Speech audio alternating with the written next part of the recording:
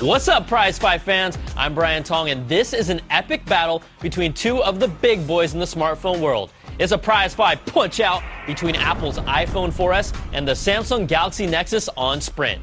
Our judges for this fight are senior editor Brian Boom Boom Bennett, senior editor Jessica Duke It Out Dolecourt, and myself, Ring-a-ling-a-ding-tong. We'll take all three judges' scores and average them out to the nearest 10th each round. The final Prizefight score will be an average of all rounds using the same system. It's a 5-round throwdown. Round 1 is design. The iPhone 4S retains Apple's iconic design. There's no doubt it's a luxurious phone with its 3.5-inch screen and an all-metal and glass body.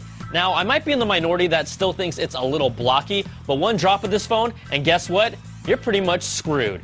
Now, the Samsung Galaxy Nexus brings a 4.65-inch Super AMOLED display that pops with vibrant color and a curved glass design. It's bigger to hold, but it's also one of the few big screen phones that fits in my pocket nicely. The phone has a textured plastic backing that may not feel as premium, but when you drop it, it has more than a chance to survive. Beauty is in the eye of the beholder, and we're calling this round a tie at 4. Next round is user interface and control. Some of you might be a little bored with iOS 5 by now, but Apple's nailed it with the easiest pick up and play OS on the planet that even my unborn child can use. Over time, they've added features like quick access to the camera, a customizable notifications dropdown, and Siri is just one button press away. But there's also the user that wants something sweeter with more control. Ice cream sandwich is the answer, and there's a higher learning curve, but it's the best flavor of Android that we've seen to date that feels modern and is still super customizable. This is another round that comes down to what you like, but our editors give the iPhone 4S a slight edge with the 4.3. So after averaging 2 rounds, the 4S leads. Round 3 is features.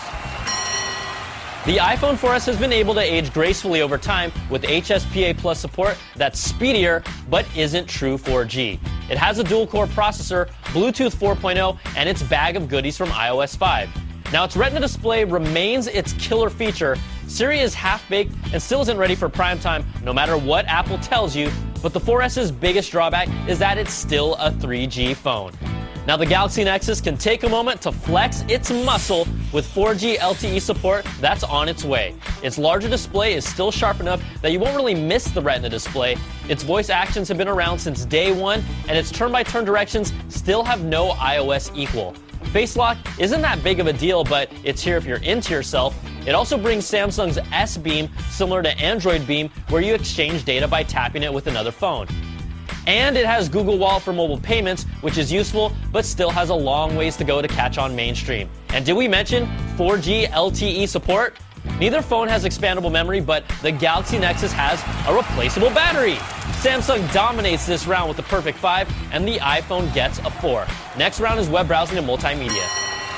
The iPhone 4S brings one of the best mobile browsers, even without flash support, and it's crisp and tight with pinching and zooming. The Retina display still looks great, even if watching media on it feels a lot smaller compared to the Galaxy Nexus, and the iTunes ecosystem still delivers the largest library of media content that you can find. But its standout feature is its truly amazing 8-megapixel camera that embarrasses Samsung with more natural colors and sharper images. With both still pictures and 1080p video, it's really no contest. The Galaxy Nexus and its monster screen actually makes navigating websites easier, and multimedia content looks plain awesome. There's an instant YouTube feature to upload videos, and the Google Play Store is now a legitimate ecosystem with tons of app support and content that's just slightly behind iTunes. What hurts the most, though, is that in the year 2012, a top-notch phone like this brings a 5-megapixel camera. Now, it brings a lot more editing features, and we know megapixels don't mean everything, but its camera quality is disappointing, and even its cool panorama feature and 1080p video can't save it.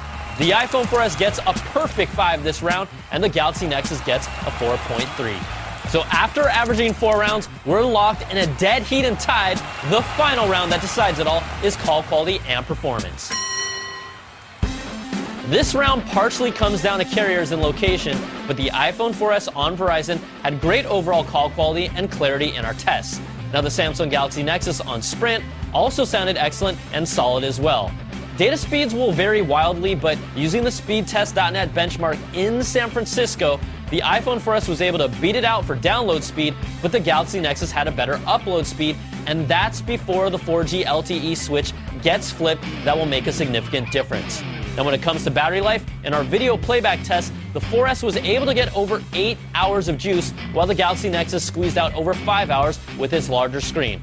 This one's another close round, but in the long run, 4G LTE data makes the difference, and the Galaxy Nexus gets the edge with a 4.3 to 4. So let's average out all 5 rounds, and in a prize fight that's a photo finish, we had to nail this down to just 1/100th of a point, and the Galaxy Nexus just gets by 4.32 to 4.26 and is your prize fight winner. I'm Brian Tong. Thanks for watching, and we'll catch you guys next time for another prize fight. Whoop-whoop.